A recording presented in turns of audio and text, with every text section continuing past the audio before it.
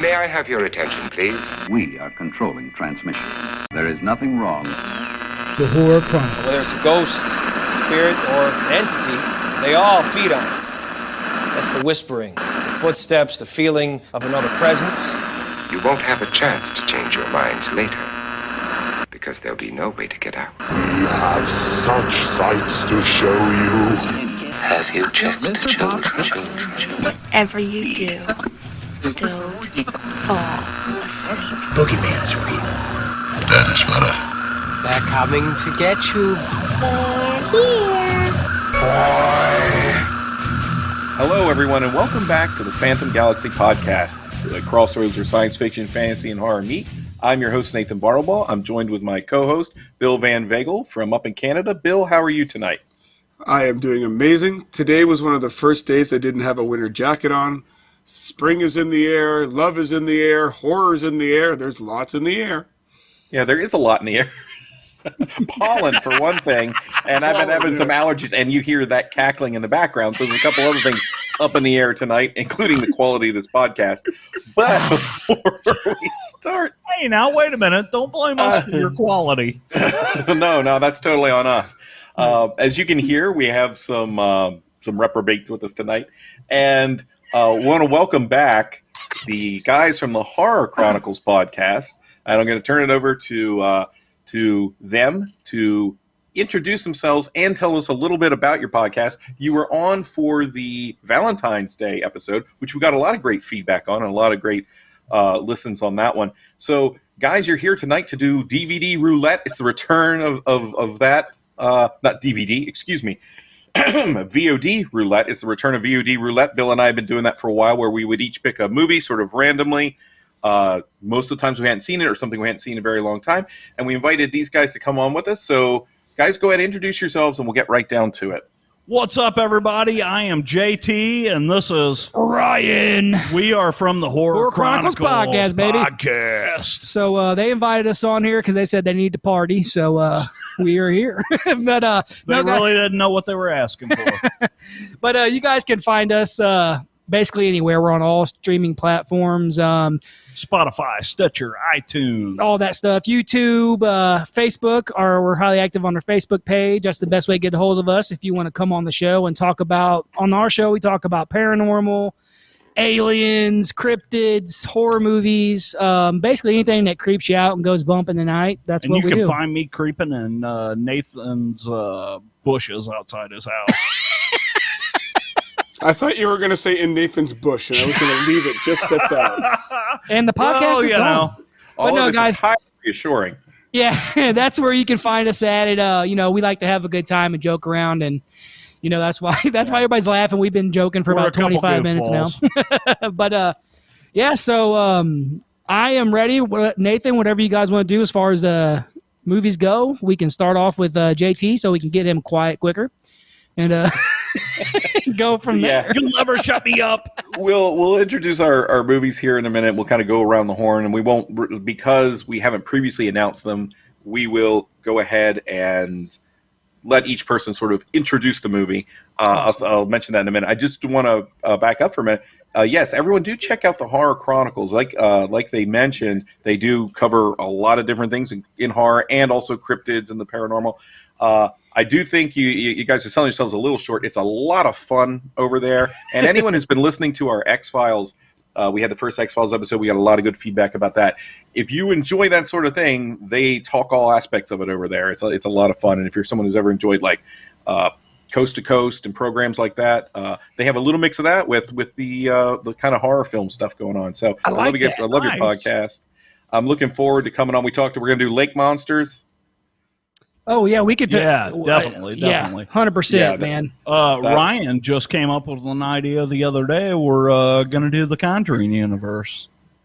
Ooh. That'll be cool. Are you going to kind of dovetail that in with the Warrens and their real life? Yeah. We're going to hit on every aspect of that. It's going to be a series, multi-series of It's going to be long and boring. It's going to be strictly analytical. I look forward to it. I don't think our podcast has ever been that way. So no, but do check it out. It's a lot of fun, and I love that melding. We're big into here at my house. We're big into the cryptids and the paranormal and things like that. And so tonight we've got movies that cover kind of a broad spectrum in some senses, but we did kind of limit it this time to horror. Sometimes we've done science fiction and other movies. And I gotta say, I don't think anyone set out to do it this way.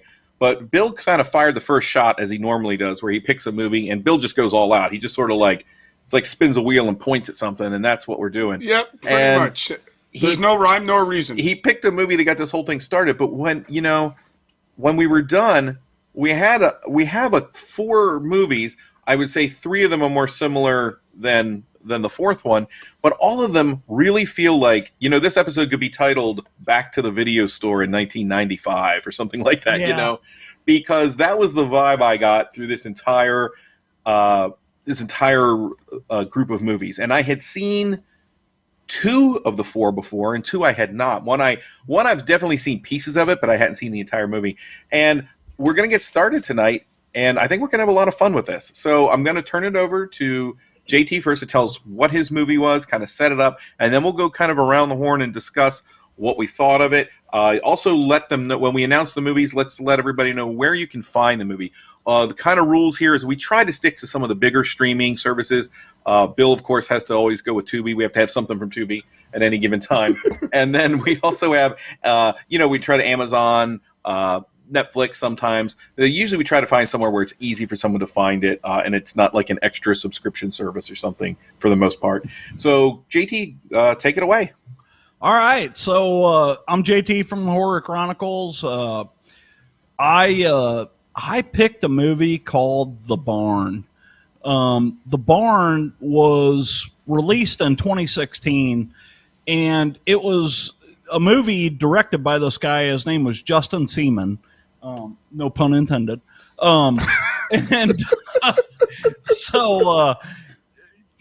This movie, you can actually find this movie on Tubi. I actually, years ago, this movie came out in 2016. I rented it on Amazon Prime. But then I found it on Tubi whenever we decided to do this episode. You can find this movie just about anywhere. This movie really, it kind of holds a place in my heart because it's about one of my favorite holidays. My favorite holiday is, of course, Halloween. I absolutely love everything about that Halloween. I would have thought it was. I would have thought it was Arbor Day. Yeah. Well, there was a tree behind it. So basically, the short synopsis of this movie is: it's Halloween. It's 1989. Best friends Sam and Josh are trying to enjoy what's left of their final Devil's Night before graduating high school. But trouble arises when the 2 pals decide to group up, and they go in search of this place called The Barn. They're at a rock concert, and they talk some people into going out with them, some friends of theirs, and they go to this old abandoned barn, and the gist of the movie is if you walk up to the barn door and you knock 3 times and say trick or treat, you will awaken the evil inside. Yes. And there's some evil to be played there. Yes. Basically the movie spawns on, and it's up to Sam and Josh, these 2 friends, to find a way to protect their friends. And defeat the creatures that lurk within the barn. The barn. The barn. This movie was really cool the way they filmed this movie. They filmed this movie on I think they filmed this movie on a high video, because when you watch it, it takes you right back to that 1980s nostalgia.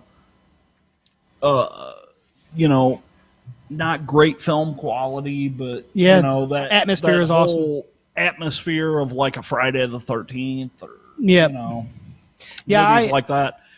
And basically, these guys go in and they wake up these three creatures. One of them is the boogeyman. And the other is Hollow Jack. And the candy corn scarecrow. Yeah, I got to tell you, this movie was really kind of like Nathan was saying at the beginning. All these movies are great, and turned out they were good. They were easy to watch, but this one really did. It brought you back to that 80s feel. For me, I know I'm the youngest one on this podcast right now, but I'm Nathan and Bill old. but I got an old soul, so when it comes to movie especially, 80s was my favorite year or genre of movies, the 80s horror and stuff like that. And this one brings you straight back to that. It gave you that, and the way they filmed it, like you said, the atmosphere of the movie. The acting wasn't horrible. No, it wasn't so that bad, was something that was good about none it. None of the actors in this movie are like A-list actors. Exactly, but it was still good. But it was still a good film. This film was actually filmed in West Alexander, Pennsylvania. They found a set with this old-timey looking barn, your typical red and white, barn on a farm. And, the stuff they did in this movie, basically the film starts out, they give you a little backstory on the creatures. And it, started out in a place called Wary Falls in 1959. They give you a little backstory there, and then what they do is they throw you 30 years into the future, which for us, it's the past. They throw you into a place called Helen's Valley in 1989. Now, we talk about star caliber in this movie. Dude. Yeah, Come on. You got two of the biggest stars in horror in this film. And that is Linnea Quigley. Holler at your boy. And Ari Lehman. Now, if you guys don't know who Linnea Quigley is, for one, you've been living under a rock. And two, you're missing some good fun bags. Yeah. Two, you're missing some really good fun bags. Linnea Quigley actually hid a tube of lipstick in her boob during the movie Night of the Demons. And then she also danced naked on a tomb in the movie Return of the Living Dead. Yes. Ari Lehman, if that name sounds familiar to you, which it should, Ari Lehman jumping up out of the lake played the young version of Jason Voorhees in the original Friday the 13th. Holler at your boy. Hell yeah. Come on. Yeah, but he played Dr. Rock in this one. Yeah, in this movie, he played a guy named Dr. Rock. He ran a show where he played music and interviewed rock groups and stuff. Which is where they found out about where they're going. Yeah, really cool. It's a great film, man. I enjoyed it a lot. And one of the cool things that really impressed me about this film was the music. Mm-hmm. The music in this film is such a throwback to 80s horror. As you're listening to the themes on the different music scores in this film, you're automatically thinking of Friday the 13th, Nightmare on Elm Street. Not so much Halloween, but, there's a lot of, you're like, oh, yeah, I remember hearing that, This guy that directed this film, this Justin Seaman, he has done a couple really good films that I've been pretty impressed with. I actually, guys, I reached out to this guy yesterday. I'm going to try and get him on the show. Awesome. That would be cool. That'd be it would be really cool. I figure you would, because he's filming one right now called Cryptids. Yeah. If you do, get us back. We'd love to come back and interrogate him too. Definitely. He was a producer on a film called 1031. I saw that one. Yep. I think he directed a segment. The one about the hag or whatever. I think he directed. Yes. Absolutely. I really want to pick this guy's brain. I mean, and it seems like he has the barn too in pre-production. Yes, absolutely. And another thing that's really cool about this movie is that it, like JT said, our favorite holiday is Halloween. That's what we love that time of year. This really digs into the I don't even know what you would say, the lore of Halloween and all the the rules. It's kind of like the Scream of Halloween, because the movie Scream of Halloween. Well, in Scream they tell you okay, and there goes the podcast.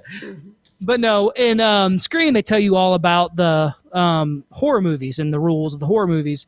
In this movie, it's all about the rules of Halloween. So it's got the rules on it, that's for sure. Yeah, it reminded me a little of Zombieland in rule number 3, rule number 4, rule number 5.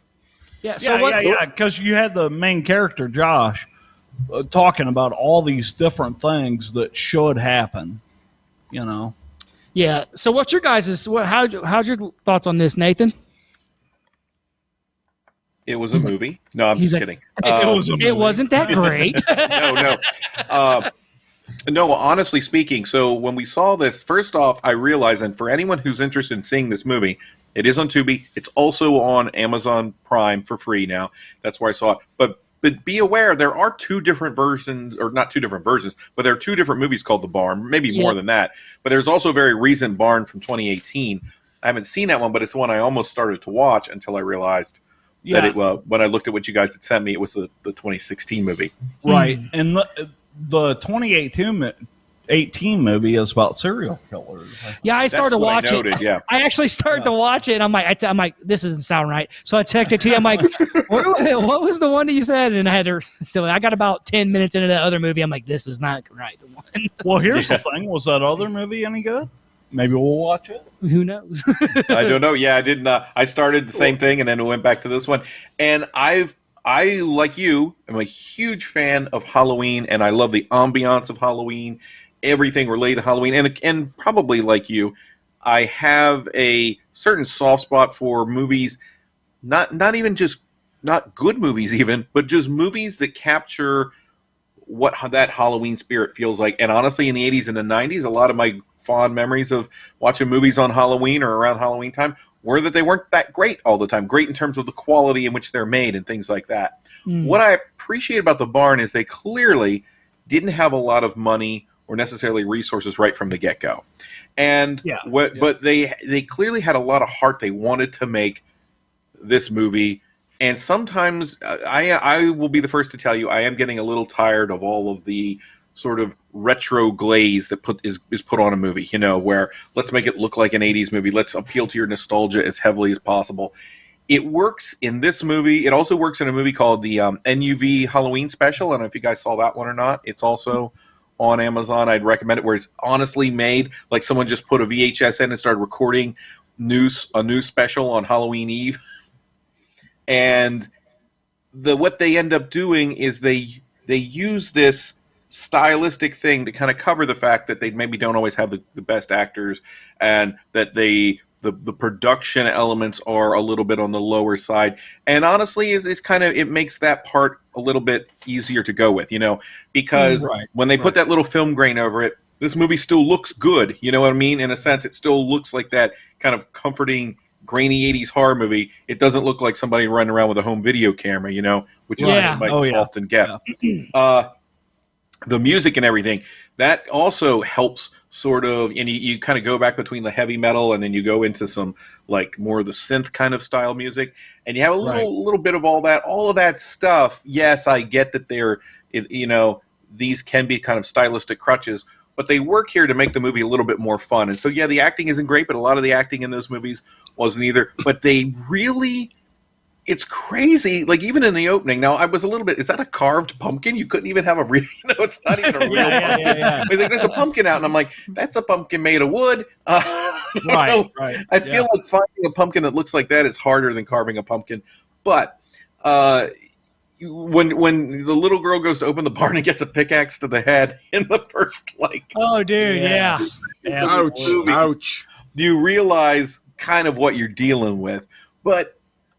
Is it a great movie? It is not. This is not a movie I wouldn't, the film critic kind of mindset, you're not necessarily, you're going to be smashing up against the production and the kind of silliness of this. But as a horror fan, as a fan of the holiday, you kind of have to, you have to sort of just let some of that go and go with the movie. And these movies, they don't always work. But I loved the kind of perspective where they kind of keep it with the kids. And some of the younger actors are a little bit better than some of the older actors. Although you mentioned Linnea Quigley, the movie though that this and I don't know, Justin Seaman may not find this a comforting comparison. There's a movie from the mid '90s also with Linnea Quigley called Jacko. Have you guys ever seen Jacko? Jacko! Oh yeah, Jacko.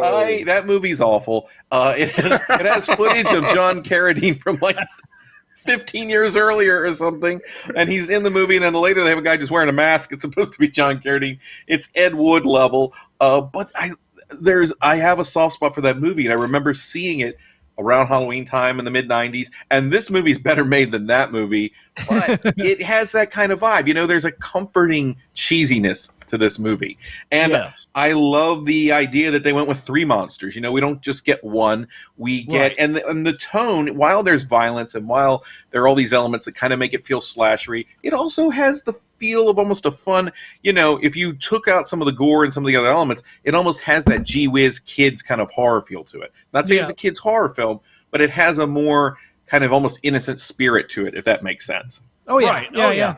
Yeah, especially when they kill the creatures.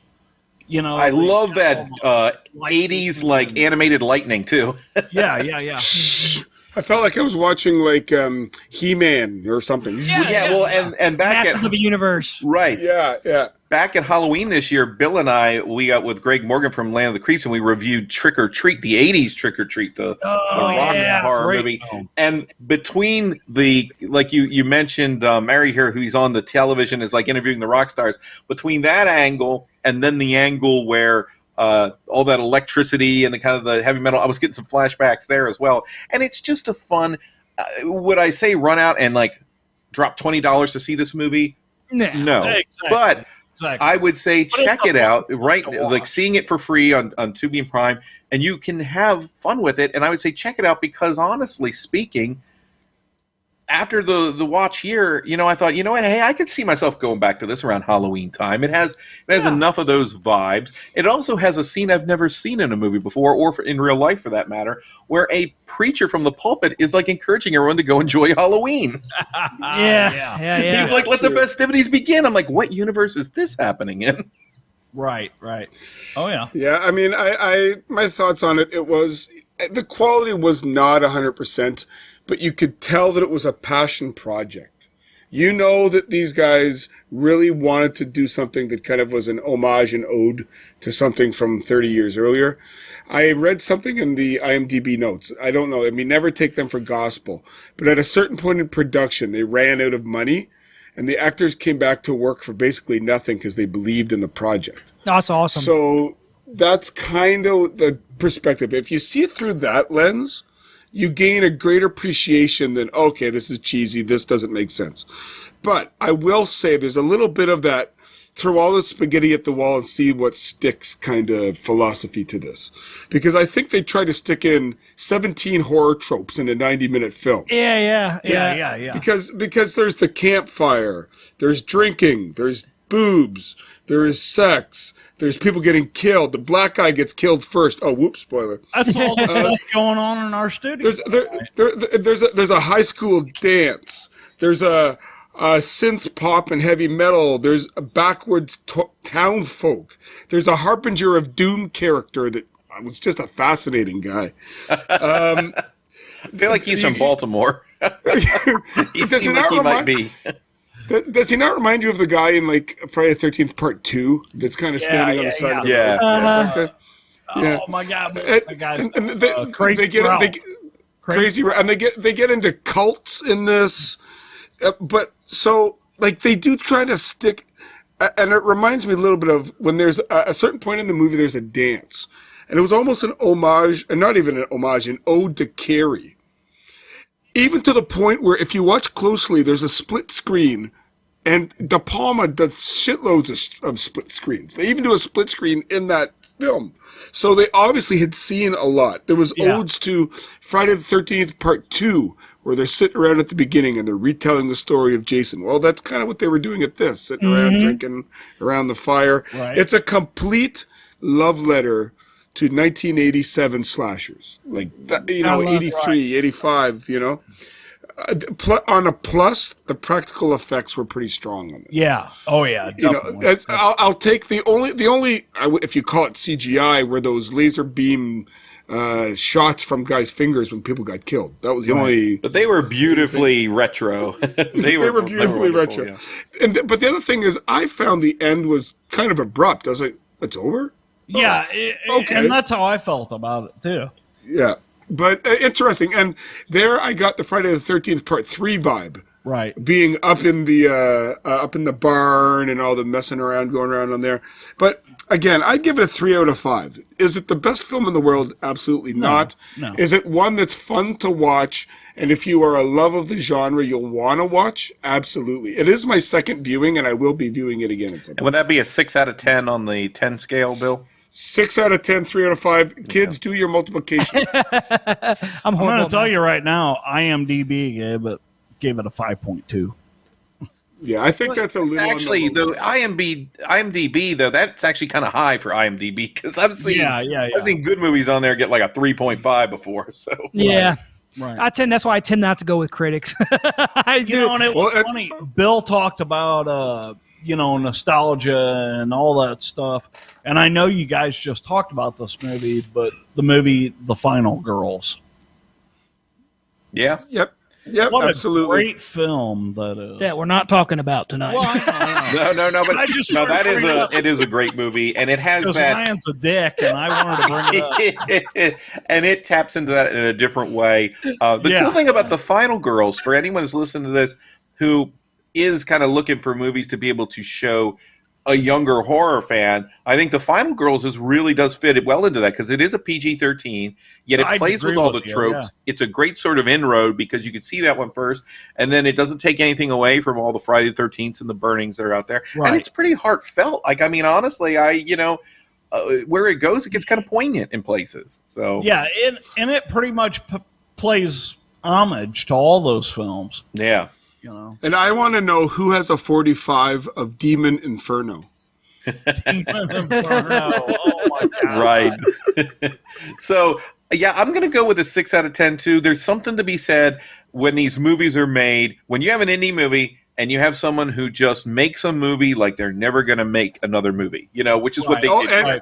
And guess what? They're in the midst of pre-production of The Barn 2. But they probably didn't know that. They probably weren't even sure they were going to be able to finish The Barn 1 when they were making this movie. Yeah. And that may explain the abruptness. Back in the 80s, you made a movie until you couldn't make it anymore. Yeah, exactly. I would give this movie a 7 out of 10 just because of the Halloween aspect of it. I just love the way they told that story. Yeah, if there's anyone listening to this and you are like a big hardcore Halloween fan, you're always looking for another Halloween movie to watch at Halloween, and unfortunately, there really aren't as many out there as there should be. Do look this one up. Do check it out because you're going to get your enjoyment level will be about doubled, just by that fact because I've seen many high budget movies that set their movie in Halloween and they don't make use of the holiday. And this one totally does. You get those vibes from beginning to end. I love that even early shot that was, again, we talk about homaging things, them walking right in front of the moon, cheesy looking shot, but you get that Halloween 3 Season of the Witch, just what it felt like as a kid walking across these fields and stuff, or, depending on how far you had to go to get your candy. Yeah. Oh yeah. All I got to say about this is trick or treat. Trick or treat. And Ryan, how about you? Your rating? For this one? I think 6 out of 10 is a good rating for that one for me. It was I was surprised by it. JT has actually been telling me about that movie for a while. I just hadn't had a chance to check it out, and then whenever we decided we're gonna do this, I was like, awesome! I'll finally get a chance to sit down and watch it, and it's actually really good. 6 out of 10 is perfect for me. Yeah, a good call, and I was a little nervous going into it, but I was pleasantly surprised pretty quickly in, and I was like, hey, this is fun. It had me smiling the whole time. And I kind of knew that going into it. I was like, I know that this is a B-rated film, but I think you guys will enjoy it. Well, and that's kind of the theme tonight, so I'm going to turn it over to Bill to share with us the movie he picked that was kind of the start of this whole thing in terms of kind of where we ended up going with it as we picked our movies. Bill, take it away.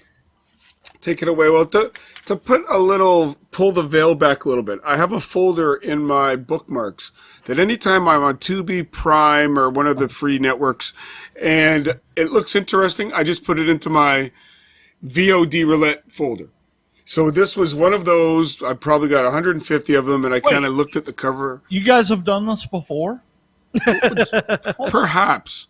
I'm going to make you watch that Roger Corman film about the Viking women. Oh, we're having you guys back to do this again sometime, this DVD roulette. It's fun. Yes.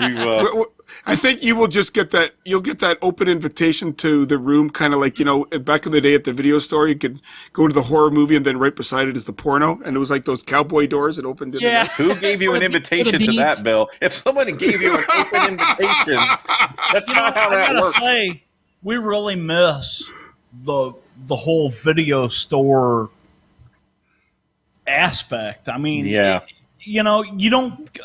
kids today don't get that. You don't get that enjoyment of walking into a video store and finding that horror section with all those obscure VHS tapes that you just gotta check out, Well, right. Or the pure joy of driving 45 minutes sometimes because you were after that one specific movie that came out, but so was everybody else. So you drive 3 different video stores. That blood-sucking freaks, Yeah. Or the game you play where you might like this movie, you might not, so you stick it behind some Roseanne Barr movie or something. So come back to it. Yeah. Now we're getting ahead of ourselves because now we're getting ahead of ourselves. 2 of the movies tonight are movies I saw exactly that way via the good old video store, and one of them is Bill's movie. So I have a whole folder of these, and this was literally one that I randomly stuck in that folder, and I pulled out. I opened up the folder, and I'm like, okay, Shakma, sure, whatever. And little did I realize, I'll let Nathan reveal the significance of it, but he later told me, and I'm like, it could have easily just been any other movie, but this is the one. So it was destiny. It was fate that we were to watch this. And the movie is 1990s movie called Shakma, Shakma, also known as Panic in the Tower. So it's directed, it's kind of like Tower Panic in the Inferno. Tower is what it would have been called in the E.C. Carr comics where it featured, if it was a short story. Yeah, and to be honest, I don't even know if it was a tower, but that's beside the point. It was directed by Tom Logan, starring Hugh Parks, and they had Hugh Parks together. They directed Dream Trap and The Vampire Wars. If that means anything to you, it doesn't to me. It stars Christopher Atkins, who you will probably know from the Blue Lagoon, the pirate movie, and I was looking him up. He still acts to this day, so good for him. So who knows what he's taking on? Honey, come in here. Come look at this guy. Do you recognize him? She's like, no, it is not. It is not Val Kilmer. Are you watching?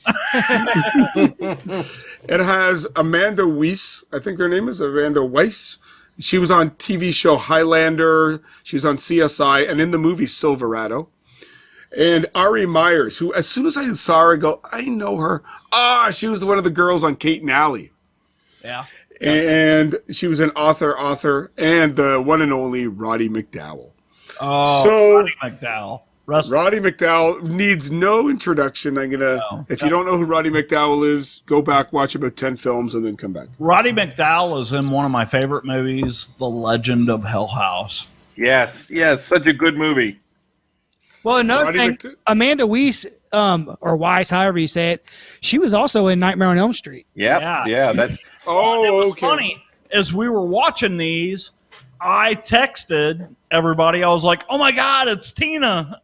But it was just randomly, like weeks later, suddenly there's just a text message. Nathan was like, "Oh my God, it's Tina!" I was like, "Is this like Napoleon Dynamite? Eat the ham, Tina!" I didn't know what he was talking about. But then I thought about it. I was like, "Oh, okay." Okay, it makes sense. So the IMDb synopsis is, I'm just going to say, a wild animal attacks people trapped in a large tower. Yeah. Could you be any more vague? Wow, is that really it? Yeah, that's what it says. So here's what they sustain the surprises. Here's what I said. I said, at a medical facility, a baboon is injected with an anti-aggression serum created by Roddy McDowall's character, Dr. Sorensen. So there's this medical department. I'm not sure if it's a hospital or if it's just a teaching hospital, but it's all these young students, I say early 20s, learning their craft. And after a day's work, most of these people are in their early 20s, and Roddy McDowall is kind of the head professor, lead surgeon, and they play a game. Early 20s. Who is not in? Oh no, he might remember the 1920s, but he's not in his early 20s. They play a really weird game, and it's kind of a combination of hide and seek, Dungeons and Dragons, and find the proper room. Because you got to go to these rooms. It's not really explained. You got to go to these rooms and find clues and deal with keys and the like. But it's apparently pretty popular. It's like the crappiest LARPing game I've ever seen. It reminded me of when people play hide and seek at IKEA. Like that kind of thing. That's a thing people do, Bill? Yeah. It's a Canadian game. Well, I remember... I kill ya. So they do this, but at the hospital, there is a monkey, a baboon called Shakma, who got quite aggressive and was supposed to be put down by Christopher Atkins' character. But he put his needle into the wrong vial, and it merely stunned him, as opposed to euthanizing him. So, guess what? Shakma comes back to life. Dun, dun, dun. And Shakma is on the prowl in this panic in the tower. So you eventually get, some kills. People go down one by one. Essentially, it becomes an animal attack survival film. Now, what I found totally hilarious, I don't know about you guys, the monkey is not entirely believable. I really got the impression that they were just putting something to his feet to make him jump. But he was a lot of fun. He wasn't scary in the least bit, but he was a lot of fun. It was a very early 90s feel to it, and it felt like 1988, 1991, it was of the moment. Yeah. But I also got a little bit of a vibe from that movie Visiting Hours. Oh, yeah. With Michael Ironside, where they're kind of playing peekaboo down the hallway. That's kind of what I got out of that. It relies heavily on a synth-driven soundtrack, which I don't know if that's a theme for today's episode. And I don't know about you guys either, but I found it slightly awkward, where Ari Myers plays, I don't know, I'm going to guess 16-year-old who's got a crush on Christopher Atkins, who at the time, I'm guessing, is probably playing a character 23, but probably towards the later 20s of his own. The romance angle made me feel kind of creepy watching it. Yeah. Oh, yeah. It's a little weird. Cringy. Yeah, it's a little... She's wearing kind of these quasi-revealing I Dream of Jeannie outfit, and I was like, I don't know. She's kind of dressed for the LARP, I guess. I don't know what that... what was going on there, if she's supposed to be like a sorcerer. I didn't know what was going on, or it was just weird. I think it was like Save the Princess type situation. Yeah. We kind of talked about that too in another movie that we all love, Poltergeist. As far as having the aspect of, kind of feeling awkward about it, like with the part whenever the daughter goes outside on her bike and the construction guys are all like whistling at her and like, she's 14 or 15 years old, dude. What are you talking about, bro? I mean, to me, ultimately, this becomes a survival film. Who's going to make it? Who doesn't? I didn't find there was enough action or blood, despite the fact that many people do die. There aren't a lot of graphic scenes in it. There's not a lot of action. There's a lot of monkey jumping around, and then you see blood splashed against the wall. You don't see a lot of actual attacks for an animal attack film. It's kind of caught between that. It's not good, but it's not quite so bad it's good. Yeah. It's kind of in that murky middle. I give it a 5 out of 10. But you could do worse. But you could do better. Yeah. Yeah. With this one for me, I kind of like the way with the baboon, like a baboon in real life is terrifying. If you ever watch them like fight each other, like just the way their fur is up top and how it like when they go to attack, they look pretty damn scary. It bristles, yeah. Yeah, you know how it moves, and that I think they kind of caught that pretty good in this movie. The aspect of, for me, just I had to go into it and think about like, oh, if I was getting attacked by a freaking animal, you know how freaking terrifying would that be? They picked a perfect animal. A baboon is a perfect animal to have in a movie like that because they are terrifying. But it did have that good. It had that '90s feel to it to me. 100%. You're right. You hit the nail on the head with that one. I'd probably give this one a 4.5 or 5 out of it. You know, like you said, it could do better, but it was still a good movie. Yeah, for sure. Yeah. For sure. I enjoyed this film. I really, Nathan, I'm sorry, buddy. I'm going to bring this up, but I really love Nathan's description of this movie. It's basically a baboon running around humping a doorway.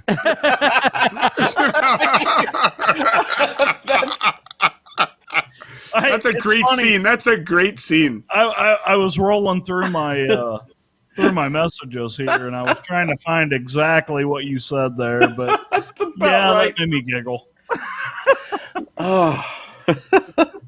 Yeah, I honestly, I thought this movie was really kick-ass. I mean, it just, I had never heard of this, and whenever I sat down to watch it, I was like, I don't really know what I'm in for. But the way they filmed this movie, I mean, they did an exceptional job on this. They really did. I mean, from all the different camera angles they used and the monkey itself, just a really cool film, Bill. Yeah, Well, thank you for my random to-be selection. So Bill picks this movie, and I haven't heard about it in years, but I did remember going to the video store and renting this movie in the mid-'90s and come back, and we would do like a Friday night movie night and watch it with the family. And yeah, in my house, this was a family film. And hell yeah. And this is probably on the milder side, to be honest. But man, I remember enjoying the heck out of it when we all watched it together, because there isn't, you say you could do better and you could do worse, but we're in the field of movies featuring primates that aren't hanging off of the Empire State Building. It's hard to find good ones. Yeah, you're right. And I mean, you have what? You have Monkey Shines, you have Link, and I love Romero, but if I'm being honest, I like this movie better than those. The choice to use the real baboon and use it most of the time is both sort of it's a positive and a negative, because I think as a negative, they using the real one, and then sure they had props. I see a picture on IMDb with a guy who has a bloody looking baboon puppet on the end of a stick. But that was obviously the kind of special effects they were dealing with here. So you don't get it to really bloody, and the scenes where it's jumping on someone, it looks like someone's being attacked by an evil toupee or something. Right. It's like sort of they're holding it and flopping around. But that kind of adds to the charm. I think the ambience of that tower building and that kind of lonely feel. Shockman is kind of it feels more like a slasher film that just happens to have this animal in it than it does in terms of its structure than it does, say, an animal attack movie. You know what I mean? Everyone sort of breaks off on their own, is taken out one by one. I'm a little surprised that this monkey's able to kill as many people as it ultimately does. I kept wondering, they're in great fear of this monkey. It's only, a foot and a half tall? Dude, hey man, I am telling you, they're aggressive. They're ferocious. Yeah, they are very. Think about look at a Wolverine. How big is a Wolverine? or a honey badger. And you'd almost want this to be more like those movies, you know, some of the older films where they get stuck out and they're in an area where there's tons of baboons, you know, like the Sands of Kilimanjaro or something like that. But in a film like this, you've got just the one, but that monkey just hauling that ass down the hallway and slamming them against the doors and screeching and screaming. I mean, there's something to be said for that. It feels very unique. It feels very fun. Roddy McDowall's kind of phoning it in here.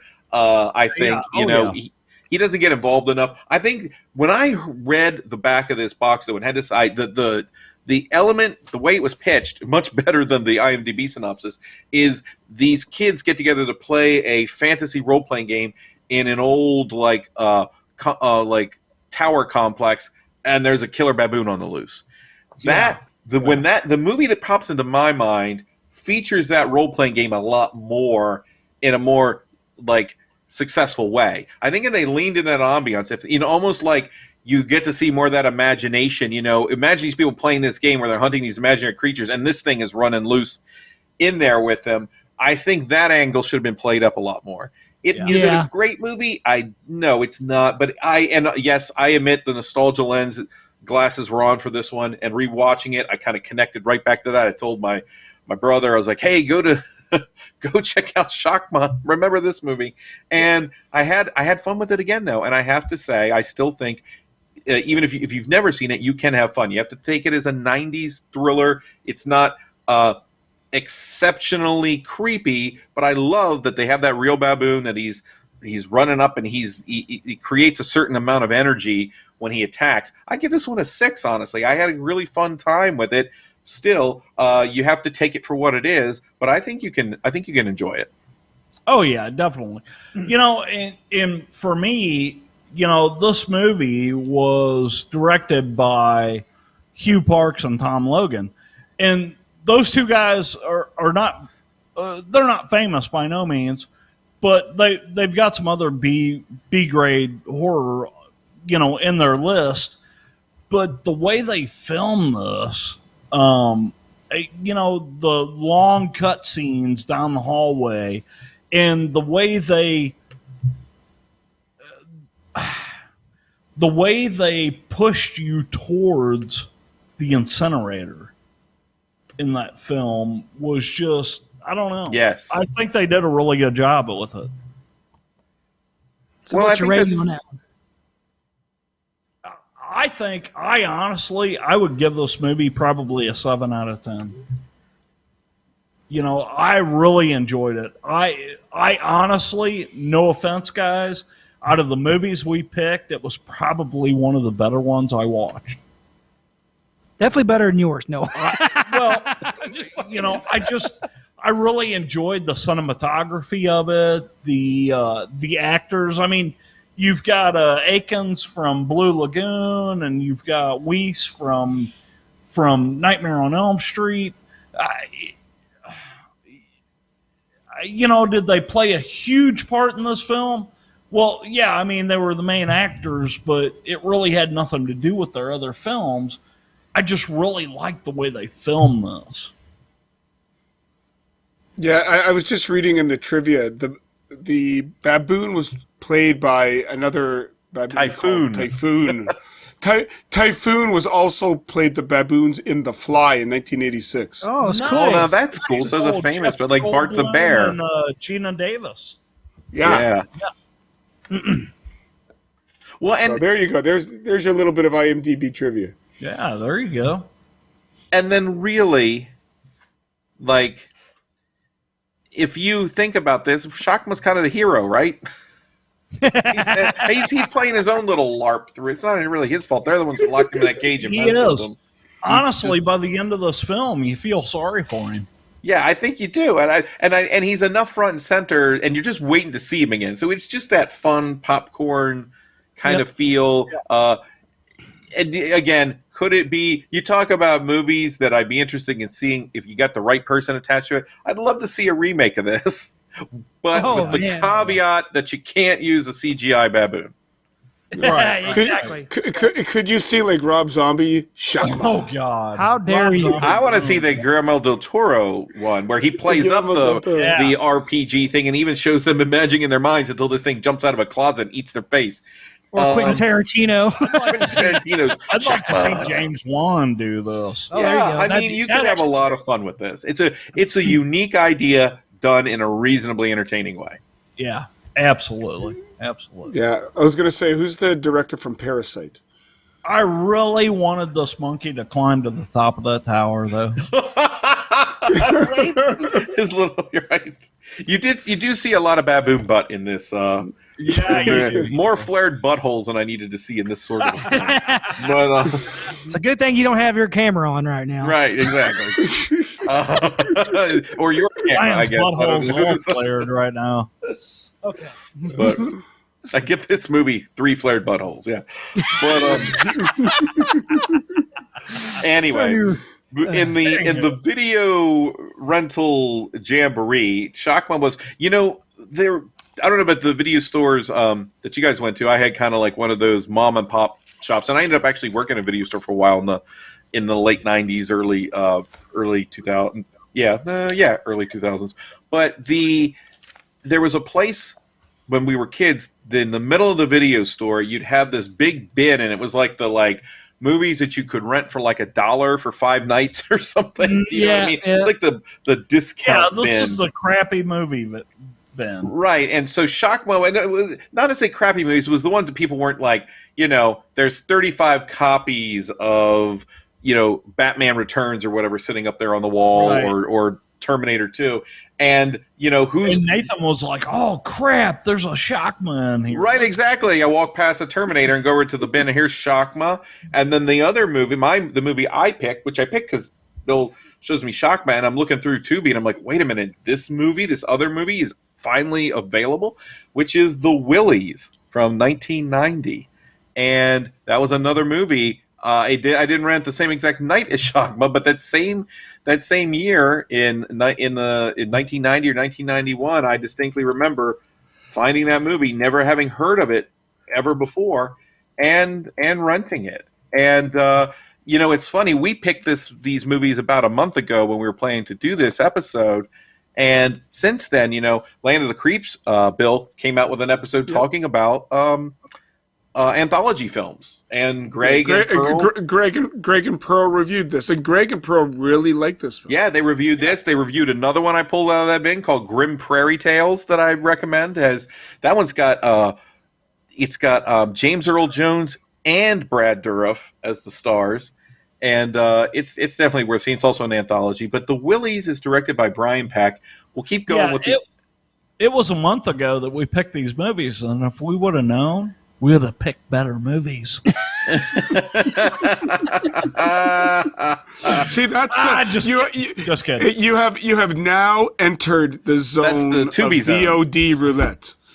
VOD roulette is wild and wacky and the whole hairy. point of this is not to pick movies that are too good. Yeah. Well, Nathan, next time you do this, you need to give us some leeway here. I mean, no, the beauty is do not think too hard. Point, pick, and go. Yeah. Well, that's what Bill likes to do. It's normally what we do sometimes is we pick them for the next show, like if we're going to have somebody back. So what we'll do, we won't pick any at the end of this, but we're going to, we have a guest that we're going to bring on for an upcoming episode. But at the end of this, I'll send you guys away. We can come back maybe late April if you want to come back again, and then give you a whole month to pick new movies. Yeah, so, there we go. And I will put zero thought and into this time you can pick whatever. Yeah, as he always does. And you can, and everything. But the beauty of this, to Bill's credit here, the beauty is we kind of try to pick movies we either haven't seen in a long time or that we have never seen, and it's trying to figure out maybe you'll find a little gem, And so far, I mean, we liked The Barn. Now we know a movie named Shockma exists. You guys know a movie named Shockma exists. I've known it for 30 years. But back to The Willies, our summary here. 2 brothers camping with their cousin try to frighten each other by telling stories. There are 2 main narrations, one involving strange happenings in an elementary school, the other a teenage boy with a peculiar interest. And right off the bat, there goes Bill giggling. Right off the bat, we've got, it's an anthology. I think it's safe to say up front that this is more of a kids horror film. In the 90s, this is what passed for family friendly. Although when you watch it now, I watched this one with my kids, and my wife was not amused because of some of the scenes in here. The tone of this, one of the kind of things that you sort of can appreciate about this is now when we try to do these sort of kind of scary movies for kids, we end they end up being kind of toothless sometimes, or we try to kind of not, they're not really trying to make horror for kids and think about what kids really like to see in horror. And the Willies sort of does that. It feels like it was almost pulled out of like a 9, 10, 11-year-old horror fan's brain in some ways. It's a PG-13 movie. Yeah, see, and go ahead. You go ahead. I was gonna say, this movie for me, actually, I actually like this movie a lot. It kind of gave me, I know it's more, like you said, kind of oriented around kids and what they would think, but for me, it kind of gave me a little bit of that Tales from the Crypt vibe, or Tales from the Dark Side, like the anthologies that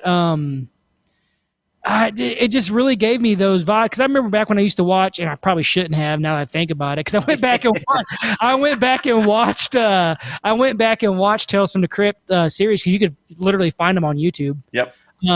So I went back and started watching those. While I'm doing dishes, I'll watch a few episodes or something. And this kind of reminded me of that, just the way, I guess maybe it's just because the cameras they used back then and the way it looked, and things like that. But I really enjoyed the Willies. It's like you said, what was considered kid appropriate back then is totally different now. Different now. Even though I allow my boys love like scary horror movies. My 4-year-old, my 7-year-old now, but when he was 4, he wanted Annabelle Creation for his birthday.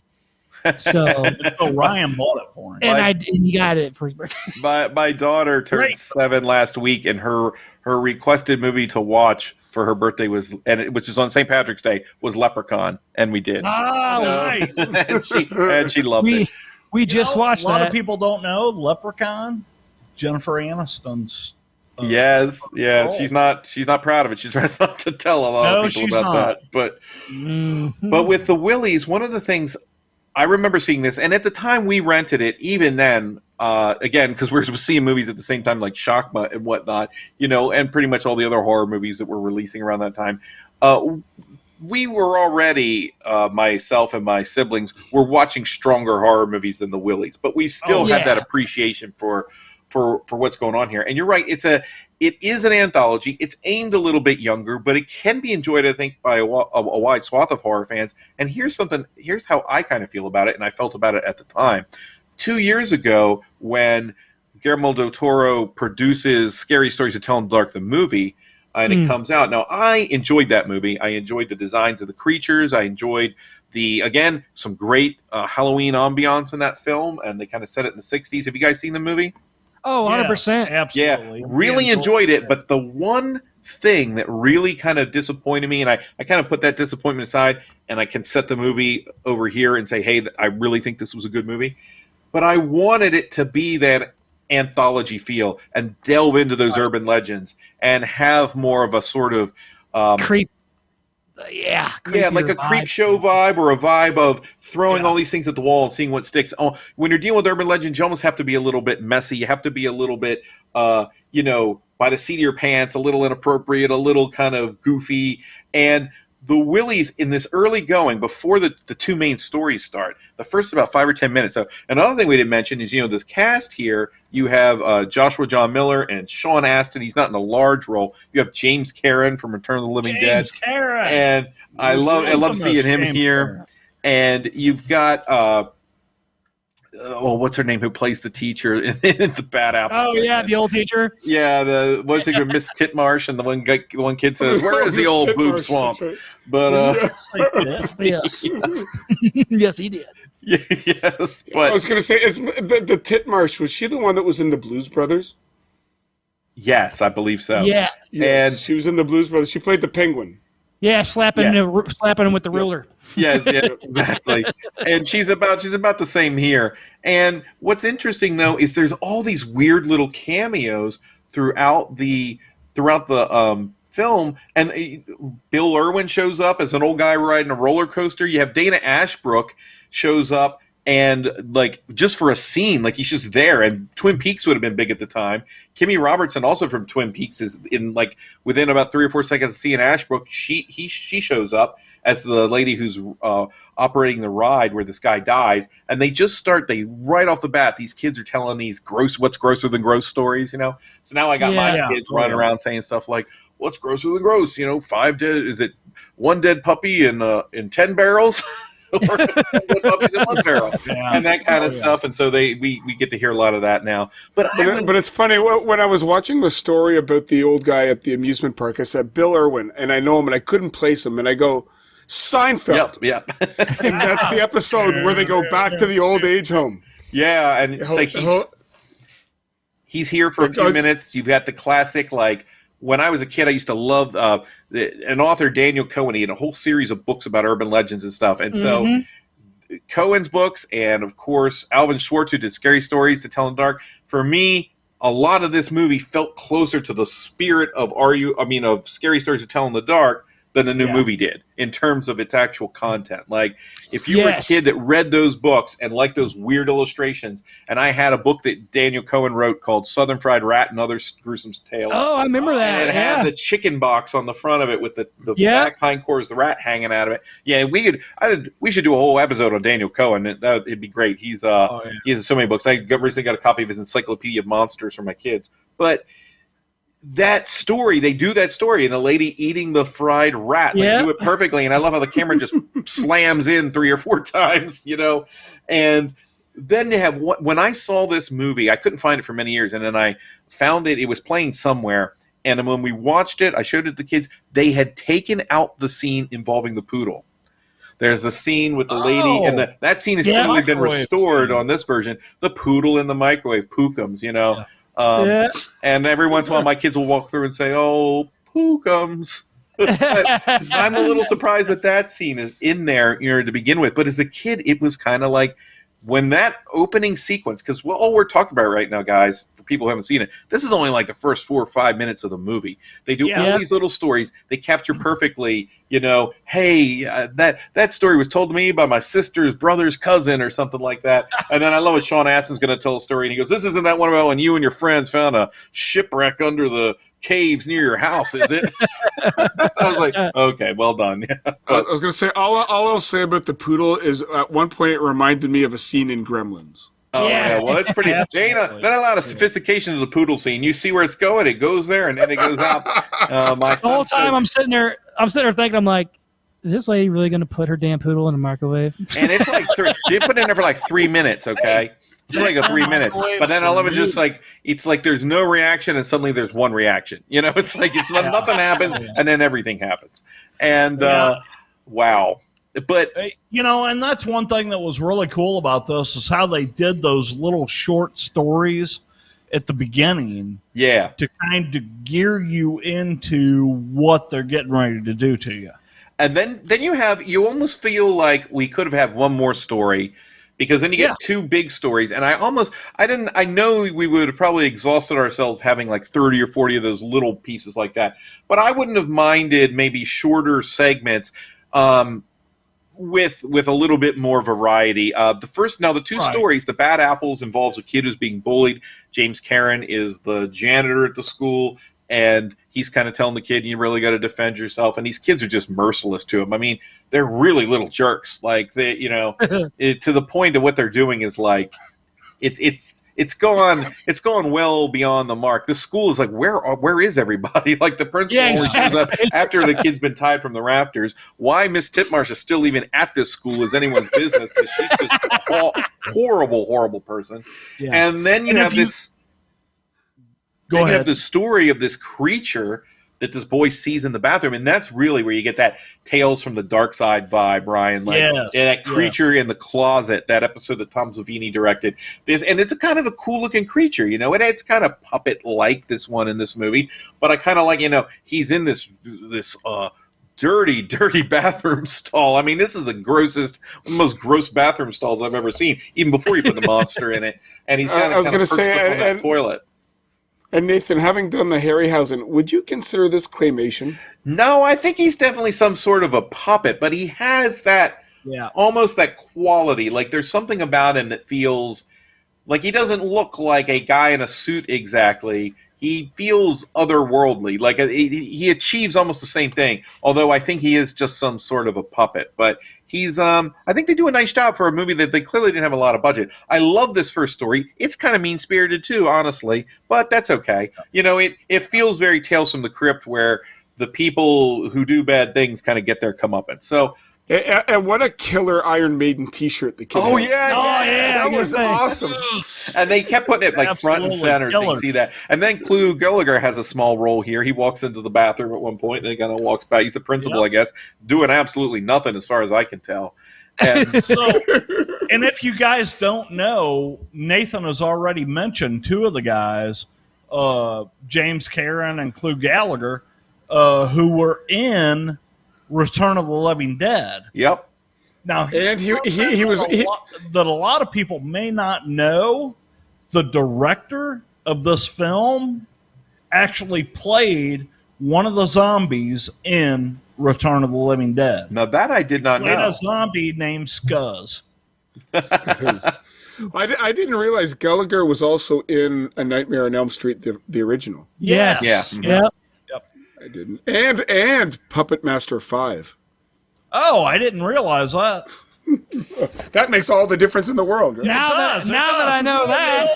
Well, and I think the reason Gallagher may have ended up in Puppet Master 5, this is all this random knowledge is coming out, is that the director, I think, of Puppet Master 4 and 5 had done a movie earlier. I saw it under the name Offspring, but it was another movie that Greg and Pearl just reviewed called From a Whisper to a Scream, with Vincent Price, and Clu Gallagher was in one of those segments, also involving a weird little creature.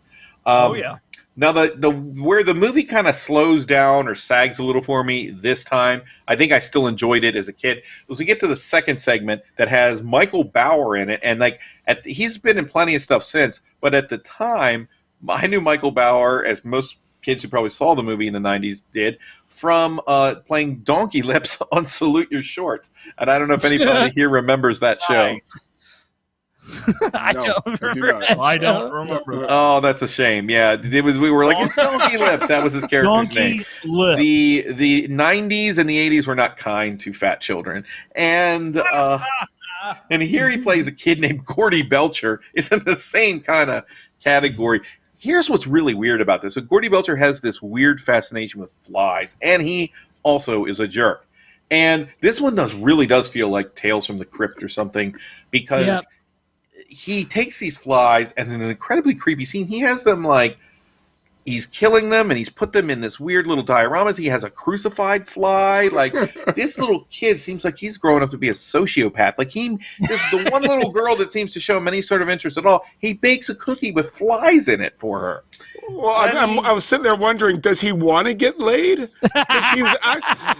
She was actually talking to the guy, and it's the most disgusting cookie. It's right, and there's this weird kind of subplot that you clearly is supposed to be the A story, if you will, or where it's going. It's the creep show or Tales from the Crypt element, which is the next door neighbor, the creepy farmer guy, is growing this fertilizer. It's supposed to make everything gigantic.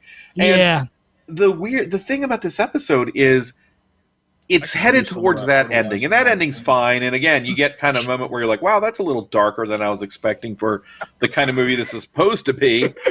But this episode seems imbalanced because Gordy Belcher's such a little weirdo, and they spend so much time with him being a little weirdo that the denouement with what happens isn't really built up much. That's almost just tacked on. I'm sort of like, this is it. He comes to a reasonably bad end. I guess it's not an end, but he comes to a reasonably bad time.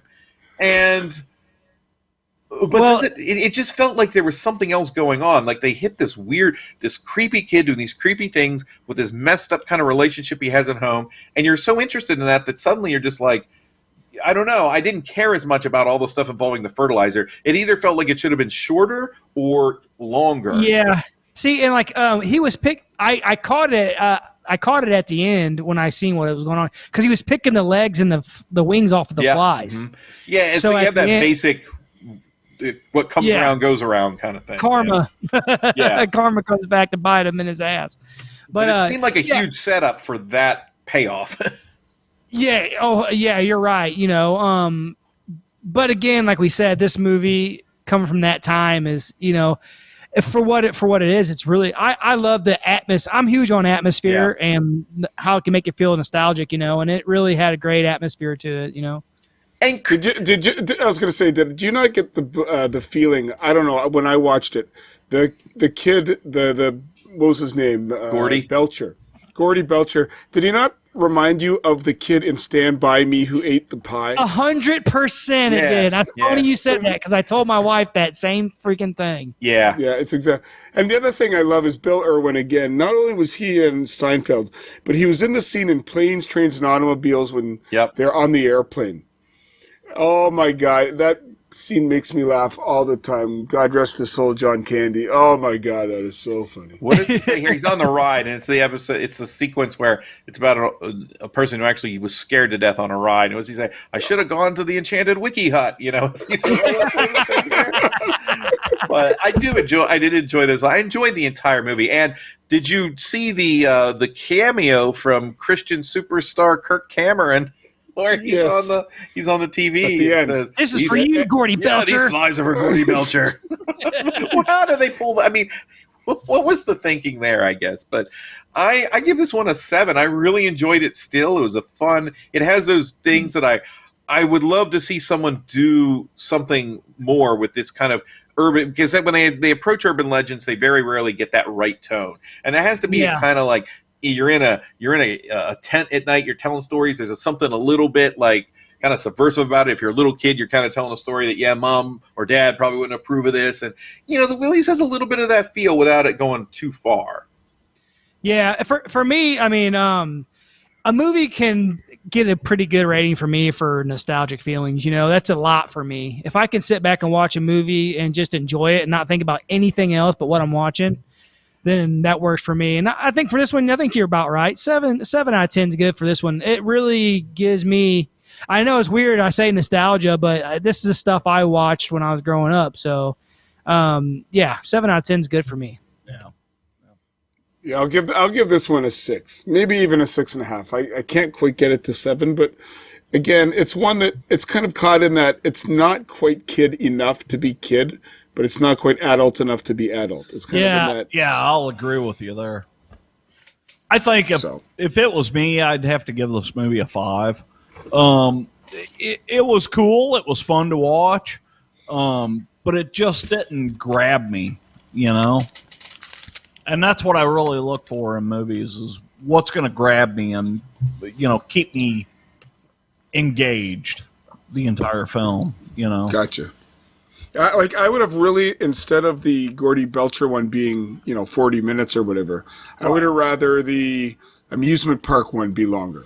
Yeah. Well, I think they could have just given us another story, and I think that's the thing. Gordy Belcher, honestly, could have been maybe 10 or 15 minutes, honestly, and maybe if all the stories had been that length and just kept it very quick and with a lot of the stories, it would have had that urban legend feel. That's the other thing is the urban legend feel kind of falls off after the opening because these other stories are much more conventional, like the morality play EC horror comics.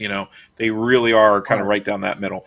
Right. But still a fun movie. So now we're going to wrap this all up with Ryan's movie, which was a movie when you mentioned it, I looked at it. I didn't recognize the title. I didn't really recognize the concept. And then when I watched the trailer, I was realizing I think I've seen this movie. But I think what had happened is I only saw the first 10 or 15 minutes of this movie, fell asleep, and then for whatever reason never went back to it. Not for any reason like, Ryan I can't watch picked this a boring movie. No, I don't mean since he mentioned it. Years ago, wouldn't this come out like 2015, 2016, somewhere around there, maybe? Something like. And I remember we rented it. 2014. Yeah, 2014. Okay, so I was watching it back to back with it was Halloween. We had rented Bone Tomahawk, and we're watching one, which is an excellent movie. And then there was another one called Hellions, which wasn't as good. It was a Halloween movie. And when those were done, we're like, oh, well, it's only 2 a.m. Let's put another movie in. And I think it was this movie. And so, for whatever reason, didn't find my way back to it. Take it away, Ryan. So, yeah, this movie is called Dark Was the Night. And I picked this movie because for two reasons. I'm a huge werewolf, cryptid. But, I like movies that are kind of into things like that. And this one isn't a werewolf, but it's something else. But it really struck me. And then also the main actor in this, which is Kevin Durant, I love that guy. Yeah, he's awesome. Every time he's in something, he always plays a good character. You know, I first got turned on to Kevin Durant and The Strain, which I don't know if you guys ever watched. Oh, he's good in The Strain. Yeah, and it's funny. Ryan's right. He plays, and maybe the better way to say it is Kevin Durant often plays interesting characters because good, not always. The Strain is one of the interesting characters. Yeah, because I love a few cases where he's a hero in that one. I loved him in Legion. Yes, Gabriel. That's right? one of. Yeah, he played Gabriel, and that's a great movie that we should do one time on the show. He was actually in the TV series of Swamp Thing. Yeah. Yeah, he was. And part of that too. I will throw in there. He's from Thunder Bay, Ontario. Right. Well, there you go. And you've seen him in plenty. You've seen him in plenty of movies where he plays the creature too. He's another one, almost like Ron Perlman, where sometimes he's under all the makeup, or things like that. And I first saw him on Lost. I think he was on Lost. See, I never watched Lost. Right on.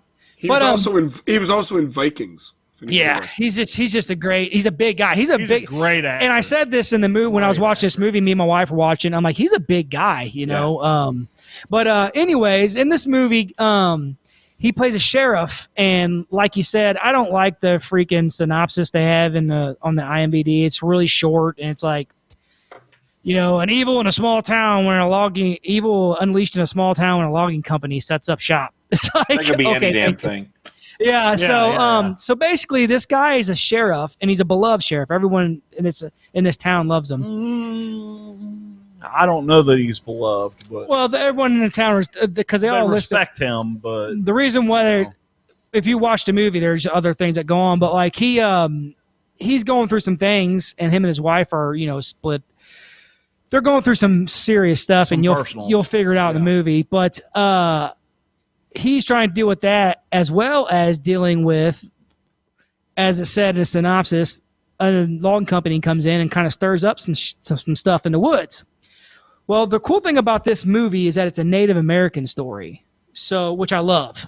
And there's Native Americans in the movie talking about what's going on. So there's a rash of killings and people wind up missing and things going on. So they're like, they're trying to figure out what it is, right? And the sheriff's trying to make sure he tells the people. It kind of gave me a little bit of a Silver Bullet vibe. With the sheriff telling the townsfolk, calm down, we'll figure it out, all that kind of jazz. But I think that the way they filmed this movie, when you watch it, you'll understand there's a haze. And I say it's not really a haze. I don't know how I would put it, but the lighting in this movie, it's got a constant grayness over it, kind of. There's a murkiness. It's washed out. It's got a kind of blue filter, but it's intentional. Yeah. It's to make you feel like the cold of winter, or the dark of night, that kind of thing. Exactly. And I love the story because this. I mean, I guess I'll go ahead and say it. The story is about it's a Wendigo story. Yeah. And for us on this podcast, on the Horror Chronicles podcast, we love that kind of cryptid stuff, especially with the Native American stuff, And when I read that, I'm like, I'm going to check this one out. We talk about that stuff all the time. So, and again, the great thing about this movie, the storyline, once you figure out the storyline, it really grabs you. It keeps you hold, and you figure out what's going on. Mm-hmm. And they did a great job by finding an actor that draws people in. Right. And the one big thing that I really got from this is how they don't show you everything up front. It's really truly a mystery until you get to the end of the movie. You know. Well, the other beauty of this film is the quality of the cast. Lucas Haas, who I know from Witness as the kid in Witness, but I mean he was in Zoolander. He's been in a whole whack of A stuff. great horror movie called The Lady in White from the 80s. Oh, Lady in White, that's right. Yeah, and the other actor in this that I love is Nick D'Amici. Yes. Mm-hmm. And Nick D'Amici from Stakeland, he was in Late Phases. Yep. Yeah, I didn't realize he wrote and acted in Mulberry Drive. Mulberry Street, yep. Or Mulberry Street, sorry, Mulberry Street. Right. So, and he's got a certain kind of swagger to him. He's got that kind of screen presence where he wasn't in the film all that long, but you remember him. Well, he's perfect for this kind of movie where you're trying to give the feeling of these town people. The bar owner. Yeah. He owned the bar, yeah. But he's also a hunter. He's kind of, you're not quite sure if he's a good guy, he's a bad guy, whose side he's on, but he's going to get you to where, he's the vehicle that'll get you to the end of the film. Yeah, absolutely. I really love, and it's different for, us three, JT not included. Yeah. Well, because he doesn't have kids, but if you're a parent, it kind of affects you differently. You know what I mean? It's apparent that this movie will fuck you up. Yes. Oh, yes. sorry. Oh. And you drop the F. Don't worry about it. I'll replace it with a Wendigo screech. What I'll replace it with is JT's scream from earlier in the podcast. Yeah, that probably blew your guys' eardrums out. They're wearing headphones. Is that a button, or are you actually doing that? No, that's me. That's impressive. All I got to do is insert my finger. I'm a scream queen from the 80s. I'm like Linnea Quigley. Exactly, like I could tell. But exactly like. Wait till you see what I do with this lip. But anyways, no. Going back to where I was at about being a parent, I feel like a parent right now. Yeah, he's got to keep me in line. But no. It drew, the story really drew me in with what was going on in the sheriff's personal life, and then he's also trying to figure out what the hell is going on in this town. He's hearing stories from Earl, which is played by Nick that you guys were just talking about, Nick D'Amica. Or Demisi, how you pronounce that. But anyways, he was telling him, his grandpa used to tell him, his dad used to tell him stories about the woods and things like that and what's going on. And what's cool about this too is how they came up with the hunters that were out hunting, and then the sheriff figured that out, and then because they got attacked, and then he goes and he notices that the animals are all gone. All the animals are gone. Number 88. And then they see the flock of birds that take off, when they're outside the church. I just really love the way they filmed this movie. The darkness of it to me, the sadness more than anything, I guess you would say, of the film. It really got to me, and I thought it was a great movie. I was surprised. I was pleasantly surprised. I did too. I really love the scene where he's driving in his patrol vehicle with his son, and they see the creature for the first time run across the road. Because his son's like, "Dad, there's something in the woods," and he's like, "Oh, no, come on," Mm-hmm. And then all of a sudden he looks out the windshield and he sees this thing run across the road. Yeah. Then he knows. The whole theme of the film changes. The other thing I liked about this film is it's got a lot of layers to it. Yeah. It's not exactly your standard in-out killer monster movie. Right. Because it's got, at times, to be honest, it's a family drama. Yeah. Because the sheriff is dealing with marital issues. He's dealing with children issues. He's dealing with grieving. He's got stuff with the wife or the ex. I guess they were separated, but not yeah, quite they're divorced. just separated. Yeah, like it was really good. And then it becomes a police serial investigation, and he deals with those jerks at the bar that were giving him the business. Right. And then it's kind of follow the cruise. And at a certain point, the trail kind of runs dry.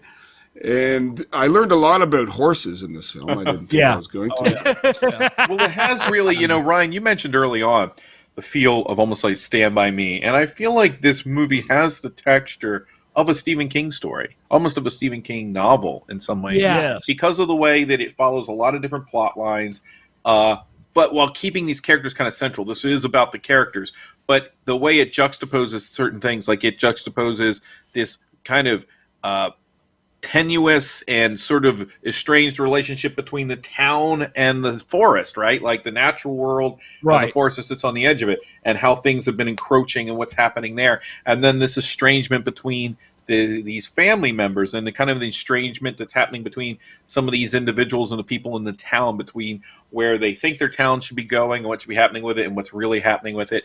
And all of these pieces, they sort of kind of keep the same vibe. The basic storyline feels like what, watching a lot of X-Files recently, this could be an X-Files episode without Mulder and Scully. But then what they do is that drama at the center, that family stuff, is really pretty strong. And what's interesting is we talked about Kevin Durant. He plays the heavy a lot, obviously. He plays, he has also played the hero sometimes, but very rarely has he ever played the lead. In fact, this is one of the few movies where he is the lead, and he's very good. He carries the movie very well.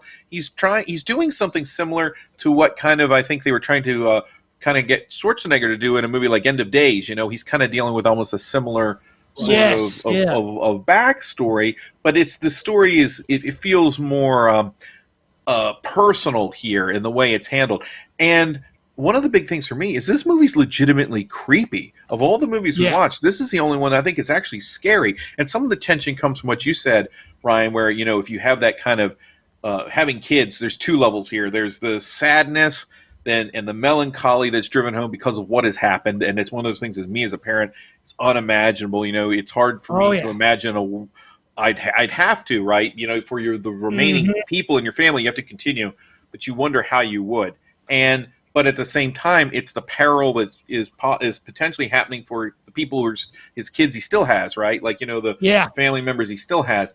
And all of that stuff is done really well. And these little things where you think you see the creature, but maybe it's just a tree branch, or maybe you see this thing out there. And you guys mentioned, it's a Wendigo story, but it's quite possible I could have missed it. I don't think they ever quite come out and say with any definitiveness any of this. I don't think they came out and said that, but I remember I was reading something about the movie, and I read that it was a Wendigo. Well, and I think that's what's cool, because at some points, I think you would agree, this almost feel like it could be a werewolf story. 100%. And in fact, one of the recent movies that I saw, Bill I know saw too, you guys might have seen it, The Wolf of Snow Hollow.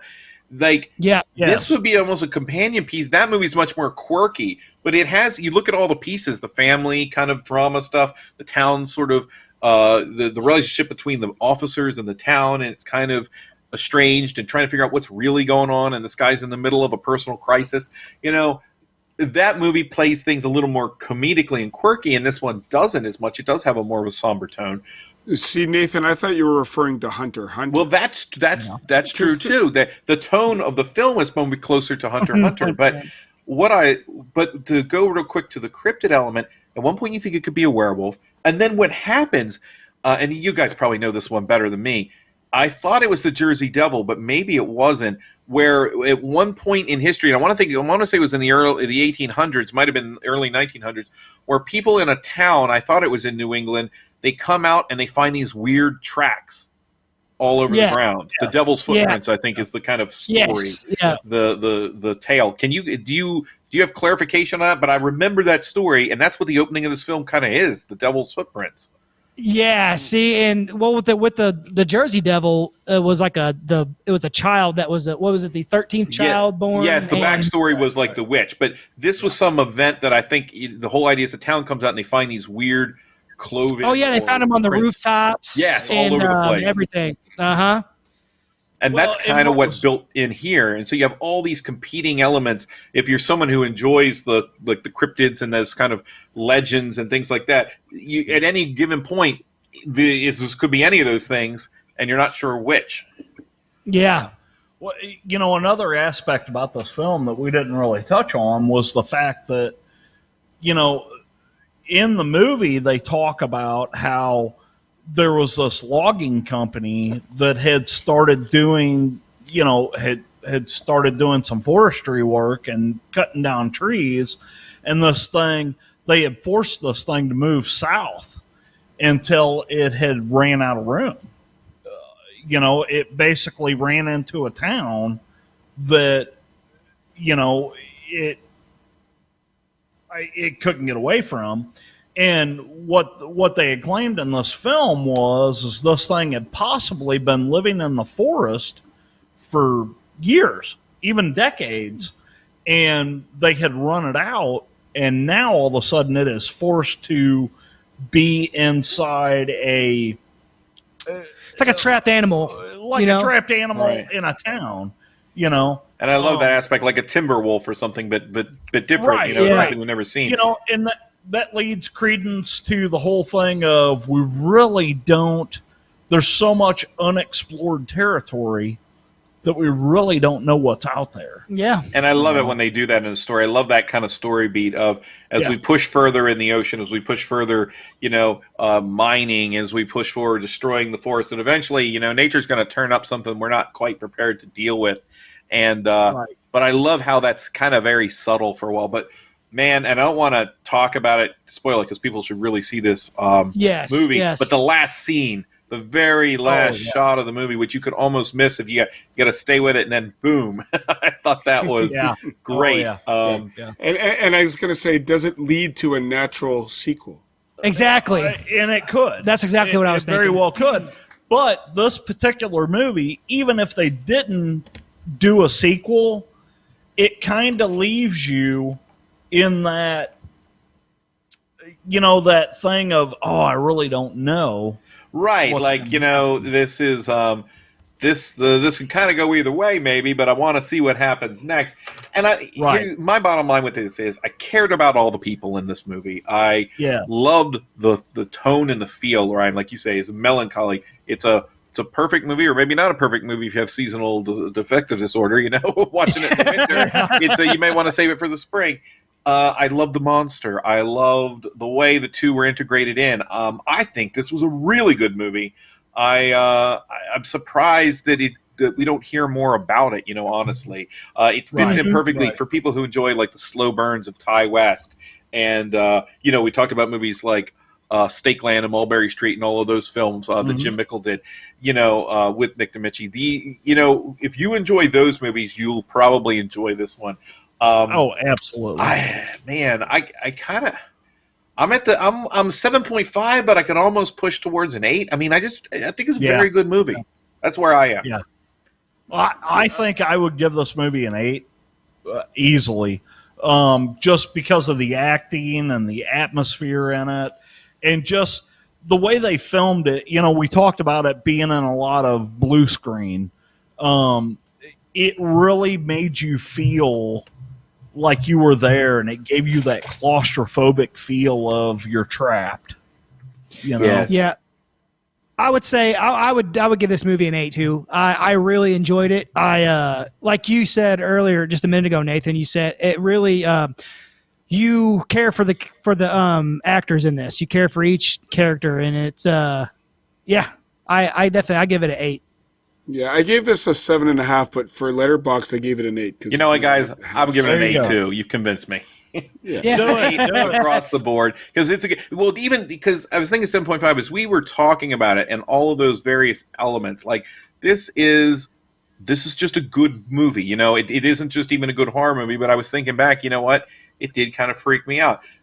The movie's technically not rated, but I wanted to take a quick minute because, again, on this podcast, I do like to try to put titles out there for anyone who's listening who's like, and Ryan, you probably like this too.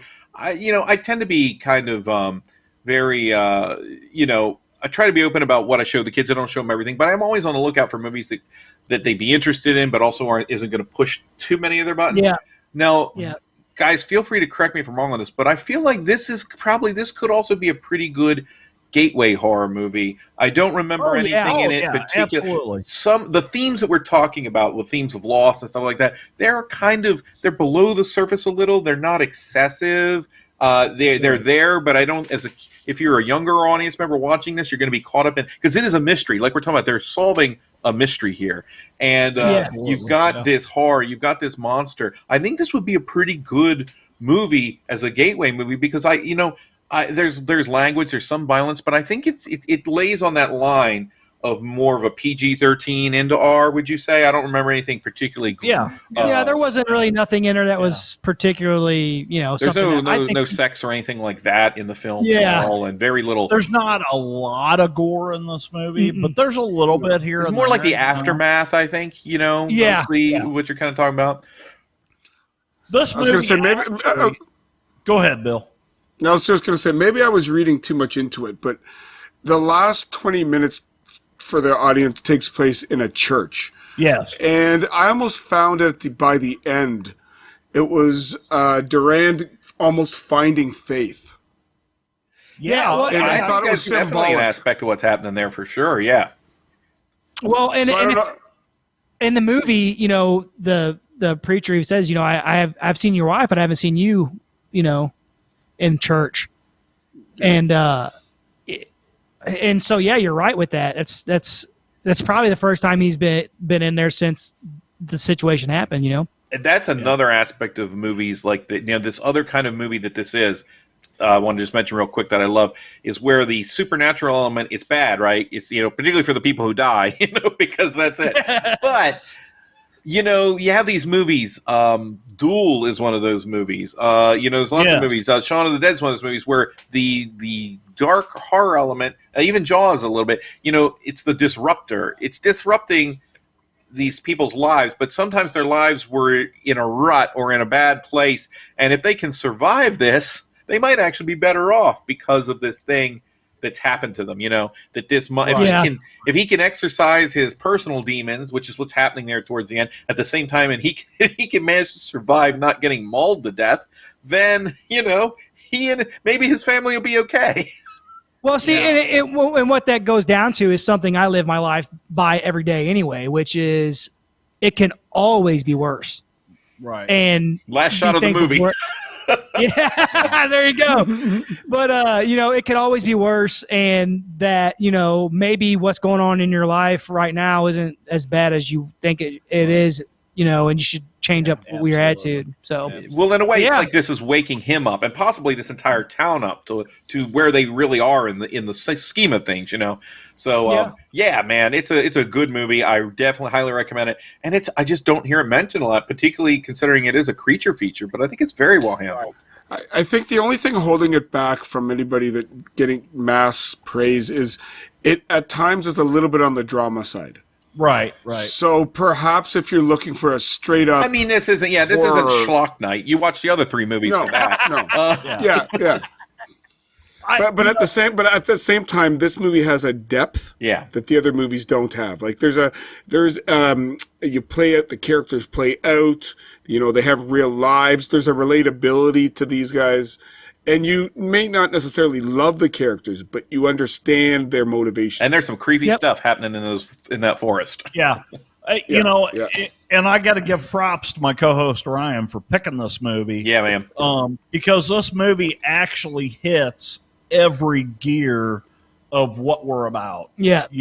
That's a good point. It hits that creepy feel. It hits that, that cryptid, the fact of the loss and the family and the turning your life around and everything. This movie hits everything. Like, would you go as far as to call Kevin Durand a sympathetic character? Oh yeah, for sure. I was with him. I was definitely with him. Yeah. I weeped when I watched this movie. Well, I could tell you this, and you guys know, and I it's cliche, whatever. But as a parent, as a dad, yeah, I definitely was sympathized hardcore. Like, so I was gonna say, Gerald, did you cry more at this or Train to Busan? Man, I don't know. Train to Busan was pretty rough, dude. That was a good one. Great film, dude. He cried more when the puppy got killed in the willies. That's the thing with me is it's like, somebody dies in a film. I'm like, yeah, kill him. But, you kill a dog in a movie. I'm like, man, you bring out John Wick. Come on, dude. So I take it you haven't seen The Pool. The what? The Pool. He said the pool. Yes, the pool. But as Bill says it, the pool. No. The Pool. It is an. Must be a Canadian thing. No. It's a Korean. It's a South Korean. No, is it Filipino? Filipino crocodile film. It's a guy in a drained out pool, and he's trapped in there with a crocodile. Oh, that sounds lovely. It's on Shudder if you have Shudder. Anyways, great film. We've gone far down the road. Yeah. Yes. I think we're at the end of this journey. But hey, this might be one of the most successful in terms of the quality of the films across the board because we had nothing that we gave a 3 or a 4 to. I got to give you guys props, man. You guys picked some good movies, man. So yeah, this was a lot of fun, and I like. These are anyone who's listening. I would recommend, particularly if you're a horror fan, see all of these if you haven't. Maybe not all in the same night, but watch them all together. Right. But yeah, Dark was the night. I think for me was definitely the winner, and but a very different movie. You suck, Nathan. What's that? I said you suck, Nathan. Come on. We all know that, Ryan's my awesome. movie was better. I'm pretty certain we all unanimously gave an 8 to this movie. Which, by my count, is the highest. It was a great film. Yeah. It was a great film. But again, see, the reason why he's so upset right now is because we have a little bet going on. So whoever had the best movie out of both of us, the loser's got to do the winner says, the loser does. So the next week, Ryan and Gerald have to watch Dr. Mordred. I like Dr. Mordred. Did you guys see that one with Jeffrey Combs? Come on.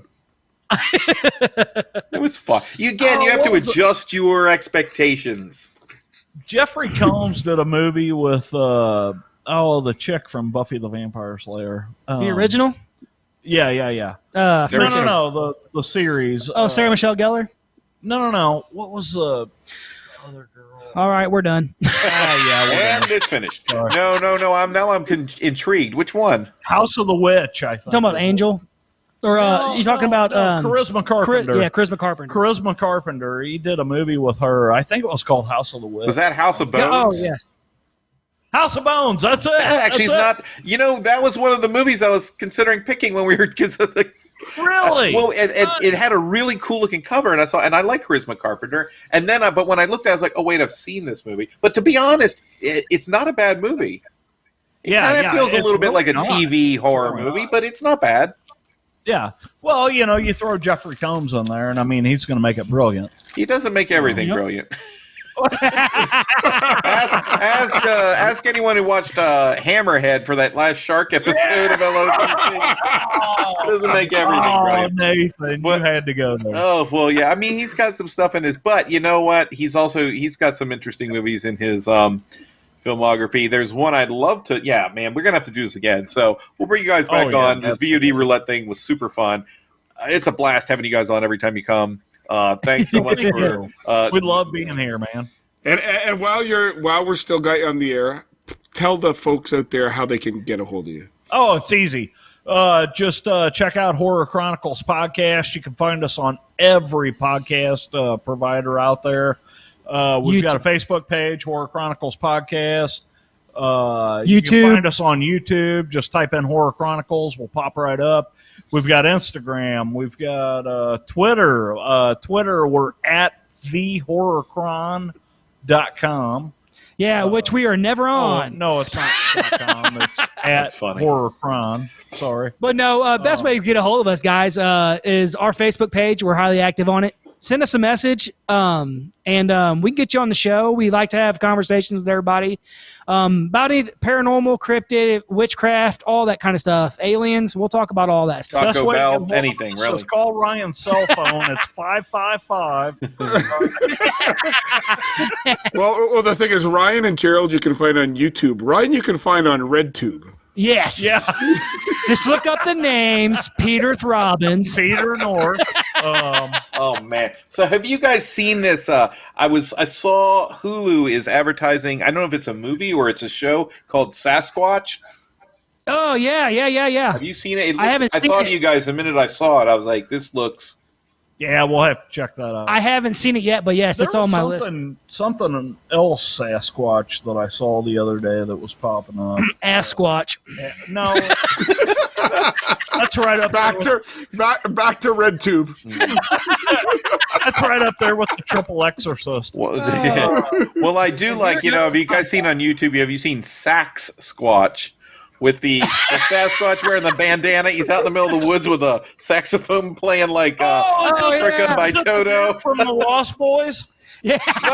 No, but I was literally, because apparently we all have the same thoughts here. I was thinking I would definitely go see a Tim Capella Sasquatch like double, feature. For sure, I would look up Sasquatch. It's worth That's the time. awesome. But Sasquatch. we appreciate you guys having us on for sure. This was a blast, man. Yeah, we love it, dude. We always love it. And we'll tap you guys on the shoulder in about a month and We'll do pick this your again. best. Yeah, we'll have to go real wild next time. So, guys, let's give ourselves 4 more like extremely obscure movies. Yes. Yep. And you can't have seen it or even remember it. So if you were high or drunk, that counts. Oh God! Now he's up in the ante. It's like, okay, well, we had too many good movies this time. The new rule is it can't star anyone that you might know. The budget must be under $50,000. The next time we do this, I'll tell you what I'm going to do. I'm going to let my 7-year-old pick the movie for me. Hey, yeah. So I do want to give a shout out. We just did an episode with a guy. His name was Brandon Keenan. Mm-hmm. He just put out a movie. It actually finished filming in 2017, but it came out in 2020. It's called Body Farm. If you guys get a chance, check that movie out. We actually gave him your guys' info. We told him that. Yeah, we told him about you guys. He may get a hold of you. Because he's a sci-fi guy. Awesome. He's a sci-fi guy too. Awesome. So Yeah, he's big into sci-fi and horror and stuff. Cool. He's an independent director. He's only done 2 or 3 films. Is that film available now? yes, It is going to come out Thursday. Oh, very cool. We'll put a link for it in the show notes to this episode because I can tell you his movie is going to beat our episode out. Maybe not. But, our episode, maybe not yours. yeah. We need to put you guys in touch with this guy. He was super cool. yeah, very cool. We guy. just did an interview with him on Thursday. Cool. Is that one out yet? Super cool guy. He's from Pittsburgh, and that was a really cool thing in our episode because what else happened in Pittsburgh? Night of the Living Dead. Night of the Living Dead. That one's dropping this Thursday, right? Yeah, it'll come out this Thursday. We are going to wait until the following Thursday to release this episode. So you guys will get yours out before we get ours out, but It's all good. Probably about cool. the same time. I have a backlog. right on. So, this was great fun. Thanks. This is Absolutely. check out the Horror Chronicles, and this is the Phantom Galaxy, and we are signing out. Have a good night. Keep it creepy.